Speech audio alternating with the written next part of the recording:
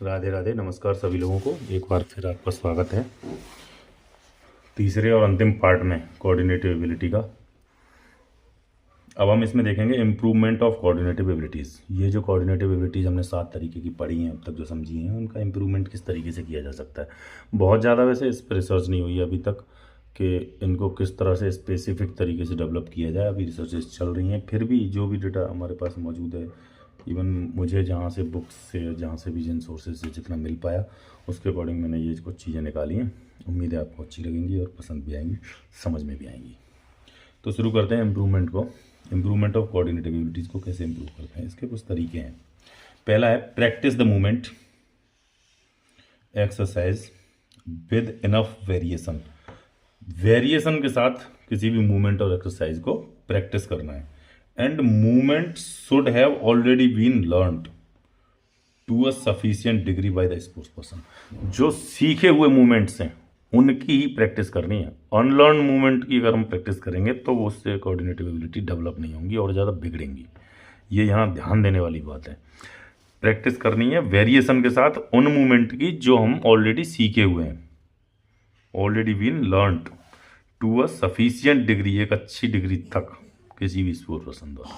पहली चीज़, पहला प्रिंसिपल ये है इसको इम्प्रूव करने का। दूसरा, general and special exercise should be used. General और स्पेशल एक्सरसाइज होनी चाहिए इसके लिए, तब वो डेवलप होंगी। जिम्नास्टिक में जैसे start with general balance exercise, हम शुरू करेंगे जनरल बैलेंसिंग की एक्सरसाइज से, और फिर बाद में लेटर ऑन बैलेंस एक्सरसाइज करेंगे। फिर हम बैलेंस बीम पे उसे थोड़ा सा कॉम्प्लेक्स कर देंगे। मतलब general to specific, easy to complex exercise करेंगे हम। जनरल से स्पेशल एक्सरसाइज पे हम जाएंगे, जो डिमांड करता है खेल उसका, उसके according. Movements should be done correctly and consciously. ध्यानपूर्वक और सही तरीके से मूवमेंट्स होने चाहिए। जब हम वेरिएशन कर रहे हो किसी मूवमेंट में, उसकी प्रैक्टिस कर रहे हो कोऑर्डिनेशन एबिलिटीज़ के लिए, किसी भी मूवमेंट की, किसी भी कोऑर्डिनेटिव एबिलिटी को डेवलप करने का जब हम प्रयास कर रहे हो, तो हमें करेक्टली मूवमेंट करने हैं और कॉन्शियसली करना है, तब वो डेवलप हो पाएगी। Additional means and improving motor sense organs should be used. Additional means for improving motor sense organs should be use. Motor sense organs को डेवलप करने के या इम्प्रूव करने के भी यहाँ कुछ मेथड यूज करने चाहिए। जैसे कि सेंस ऑर्गन है, ऑप्टिक है, एकॉस्टिक है, टैक्टाइल है, कानेस्थेटिक है और वेस्टिबुलर है।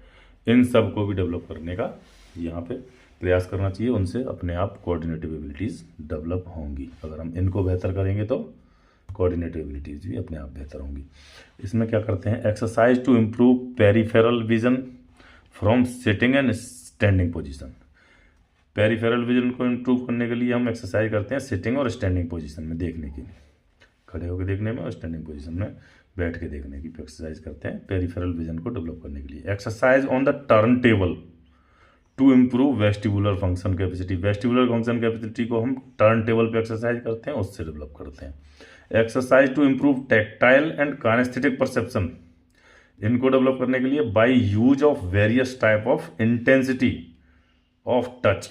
टच की इंटेंसिटी अलग अलग तरीके की एंड सिग्नल की इंटेंसिटी अलग तरीके की, और थ्रू यूज ऑफ टेंसीमीटर और डायनामोमीटर। टेंशन अलग अलग तरीके का, उससे कितना टेंशन मिल रहा है किस तरीके से, और डायनामोमीटर रेस्पेक्टिवली। इंटेंसिटी के लिए टेंशनोमीटर और वो इंटेंसिटी ऑफ सिग्नल के लिए टेंसनोमीटर और टफनेस के लिए डायनामोमीटर। ठीक है। अब सबसे दूसरा है systematic increase in difficulty of coordination. ये सबसे लास्ट प्रिंसिपल है। डिग्री ऑफ डिफिकल्टी, कोऑर्डिनेशन की डिफिकल्टी को इंक्रीज करेंगे सिस्टमेटिक तरीके से, उससे डेवलप होंगी सारी चीज़ें। अब इसकी एक टेबल है जो हरदयाल सिंह की बुक में दी गई है, वहीं से मैंने ली है ये, इससे हम समझने की कोशिश करेंगे। पहला है variation in movement execution. Movement execution में वेरिएशन करेंगे, ठीक है। अब देखो, practice with opposite side hand और फुट। अपोजिट साइड से, अपोजिट हैंड से, अपोजिट पैर से हम प्रैक्टिस करेंगे तो इससे हमारी कपलिंग एबिलिटी डेवलप होगी। पहला है इसमें मेथड कौन सा यूज करेंगे, एग्जाम्पल ऑफ एक्सरसाइज इस मेथड में इस तरह की एग्जांपल एक्सरसाइज करेंगे और उससे हमें कोऑर्डिनेटिव एबिलिटी मेनली अफेक्टेड कौन सी होगी। तो पहले वाले से practice with opposite side hand and foot से डेवलप होगी कपलिंग एबिलिटी। दूसरे से movement execution with change rhythm, rhythm change करते हुए मूवमेंट एग्जीक्यूशन करेंगे तो उससे हमारा रिदम एबिलिटी डेवलप होगी। चेंज इन स्टार्टिंग और एंड पोजीशन, स्टार्टिंग और एंड पोजीशन को हम चेंज करेंगे तो उससे हमारी एडॉप्टेशन एबिलिटी डेवलप होगी। इंक्रीजिंग और decreasing range of movement, range of movement को इंक्रीज और डिक्रीज करेंगे ऑफ वन और मोर बॉडी पार्ट, किसी भी बॉडी एक या अधिक बॉडी पार्ट्स को, तो उससे डिफरेंशिएशन एबिलिटी डेवलप होगी। ठीक है, दूसरा तरीका है वेरिएशन इन एक्सटर्नल कंडीशंस, बाहरी कंडीशंस में हम वेरिएशन करेंगे, बदलाव करेंगे। इसमें देखते हैं चेंज इन द सरफेस, हम सरफेस को चेंज करके करेंगे एक्सरसाइज तो एडॉप्टेशन एबिलिटी डेवलप होगी। Change in height, weight, size, shape, pressure of equipment, implement या बॉल, इन सारी चीज़ों को हाइट, वेट, साइज, शेप और प्रेशर में जब हम बदलाव करेंगे इक्विपमेंट के में, इम्प्लीमेंटेशन के में और बॉल के में, तो इससे डिफरेंशिएशन एबिलिटी डेवलप होगी। चेंज इन पार्टनर, जब हम पार्टनर को चेंज कर करके एक्सरसाइज करेंगे तो हमारी एडॉप्टेशन एबिलिटी अच्छी होगी। Change in area of supporting surface, supporting surface के एरिया को चेंज करेंगे तो हमारा बैलेंस, सपोर्ट जिस पे ले रहे हैं उससे बैलेंस एबिलिटी हमारी डेवलप होगी। ठीक है, तीसरा मेथड है कॉम्बिनेशन ऑफ मूवमेंट्स, अलग अलग तरह के मूवमेंट्स के कॉम्बाइन करके हम जब काम करेंगे, रनिंग एंड थ्रोइंग दोनों को करेंगे एक साथ, रनिंग करेंगे थ्रोइंग करेंगे दौड़ते हुए, तो उससे कपलिंग अच्छी होगी हमारी। कैचिंग और थ्रोइंग, कैच करेंगे और थ्रो करेंगे एक साथ तो उससे हमारी कपलिंग एबिलिटी डेवलप होगी। Dribbling while pulling the opponent, opponent को खींचते हुए हम ड्रिबलिंग करेंगे तो उससे कपलिंग भी डेवलप होगी और एडॉप्टेशन एबिलिटी भी डेवलप होगी। ड्रिबलिंग विद टू बॉल्स, दो बॉल के साथ एक साथ ड्रिबलिंग करने की प्रैक्टिस करेंगे तो उससे हमारी कपलिंग एबिलिटी डेवलप होगी। Ball bouncing and walking, ball bouncing and walking on a balance beam, ball bounce करेंगे और वॉकिंग करेंगे बैलेंस बीम पे तो उससे हमारी बैलेंस एबिलिटी डेवलप होगी। एक मेथड ये है। अभी 3 और हैं, इनको और देखते हैं अंत में। मेथड है change in information Uptake, information का जो अपटेक है, इंफॉर्मेशन लेने का जो है प्रोसेस है उससे चेंज करेंगे। ठीक है, इसमें कौन कौन सी एक्सरसाइज होंगी। Practice in front of mirror, शीशे के सामने प्रैक्टिस करेंगे, उससे एडॉप्टेशन हमारा डेवलप होगा, एडॉप्टेशन एबिलिटी डेवलप होगी। ड्रिबलिंग विद आई क्लोज, आंखें बंद करके ड्रिबलिंग करेंगे तो उससे हमारा डिफरेंशिएशन एबिलिटी और ओरिएंटेशन एबिलिटी दोनों डेवलप होंगी। Catching receiving without looking, catch करना और रिसीव करना बिना देखे, उससे ओरिएंटेशन एबिलिटी डेवलप होगी, मतलब सेंस करके हमें कैच करना है और रिसीव करना है पास को बिना देखे। Exercise for peripheral vision, peripheral vision के लिए जब हम एक्सरसाइज करेंगे तो उससे ओरिएंटेशन एबिलिटी हमारी डेवलप होगी। 5वां मेथड है प्रैक्टिस अगेंस्ट टाइम, टाइम के अगेंस्ट प्रैक्टिस करना। रिएक्शन एक्सरसाइज जब हम करेंगे, रिएक्शन एक्सरसाइज जैसे कमांड दिया उस पर रिएक्ट किया, फिर से कमांड दिया फिर रिएक्ट किया, तो वो रिएक्शन एक्सरसाइजेज होती हैं। किसी भी कमांड पर रिपीटेडली रिएक्शन करना, अनएक्सपेक्टेड कमांड पे या फिर एक्सपेक्टेड या एंटिसिपेटेड कमांड पे, दोनों में किसी पे भी।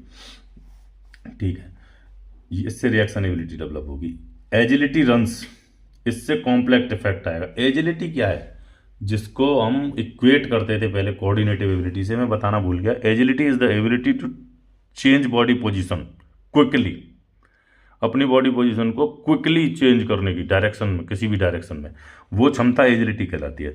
तो जब हम एजिलिटी रन्स करेंगे, जैसे जिगजैग रन्स और ये एजिलिटी के लिए काफ़ी चीज़ें आती हैं, उसको करेंगे, एजिलिटी रन्स करेंगे तो उससे कॉम्प्लेक्स इफेक्ट आएगा, मतलब कई सारी चीज़ें एक साथ डेवलप होंगी कोऑर्डिनेटिव एबिलिटीज़ में। ठीक है, exercise on balance beam against time, balance beam पे टाइम के अकॉर्डिंग एक्सरसाइज करना, उससे बैलेंस एबिलिटी डेवलप होगी। कितनी देर तक बैलेंस कर पाते हो अलग अलग पोजीशन में बैलेंस बीम पे, उससे बैलेंस एबिलिटी डेवलप होगी। ठीक है, लास्ट है इसका प्रैक्टिस अंडर फटीग, थकान की स्थिति में प्रैक्टिस करना, किसी भी कोऑर्डिनेशन एबिलिटी का प्रैक्टिस करना, एक्सरसाइज करना, उससे कोऑर्डिनेटिव एबिलिटी डेवलप होती है। बैलेंस एक्सरसाइज करना आफ्टर सेवरल स्पिन्स, बहुत बार घूमने के बाद फिर बैलेंस करना, इससे बैलेंस एबिलिटी डेवलप होगी। ठीक, दूसरा हाई एक्यूरेसी एक्सरसाइज करना स्ट्रेंथ एक्सरसाइज के बाद, जब तुमने स्ट्रेंथ ट्रेनिंग करी है उसके बाद एक्यूरेसी एक्सरसाइज करना, जैसे स्ट्रेंथ की ट्रेनिंग करी और फिर उसके बाद तुम शूटिंग कर रहे हो या तीरंदाजी कर रहे हो या फिर कोई एक्यूरेसी वाला काम कर रहे हो, उससे डिफरेंशिएशन एबिलिटी डेवलप होगी। स्ट्रेंथ ट्रेनिंग के बाद हाई एक्यूरेसी एक्सरसाइज करना। ठीक है, जैसे कि हम स्ट्रेंथ ट्रेनिंग करेंगे, उसके बाद फिर बॉल को बास्केट करने की कोशिश करेंगे, शॉट लेने की कोशिश करेंगे, तो ये एक्यूरेसी एक्सरसाइज हो गई। या फिर गोल पोस्ट में हिट करने की कोशिश करेंगे या पास करने की कोशिश करेंगे बॉल को, हॉकी में या फुटबॉल में किक करने की। Any coordinative ability exercise after hard training, कोई भी हार्ड ट्रेनिंग के बाद कोई भी किसी भी तरह की कोऑर्डिनेटिव एबिलिटी की एक्सरसाइज करना, ये भी कोऑर्डिनेटिव एबिलिटीज को डेवलप करता है। इसमें लिख रहा है कि कौन सी एबिलिटी मेनली इफेक्ट होगी, depends on the nature of exercise. किस कोऑर्डिनेटिव एबिलिटी की एक्सरसाइज आप कर रहे हो डेवलप करने की, हार्ड ट्रेनिंग के बाद उसी पे मेनली इफेक्ट पड़ेगा, वो डेवलप होगी। तो ये सारे मेथड हैं कोऑर्डिनेटिव एबिलिटीज़ को इम्प्रूव करने के। Thanks for watching. Radhe Radhe.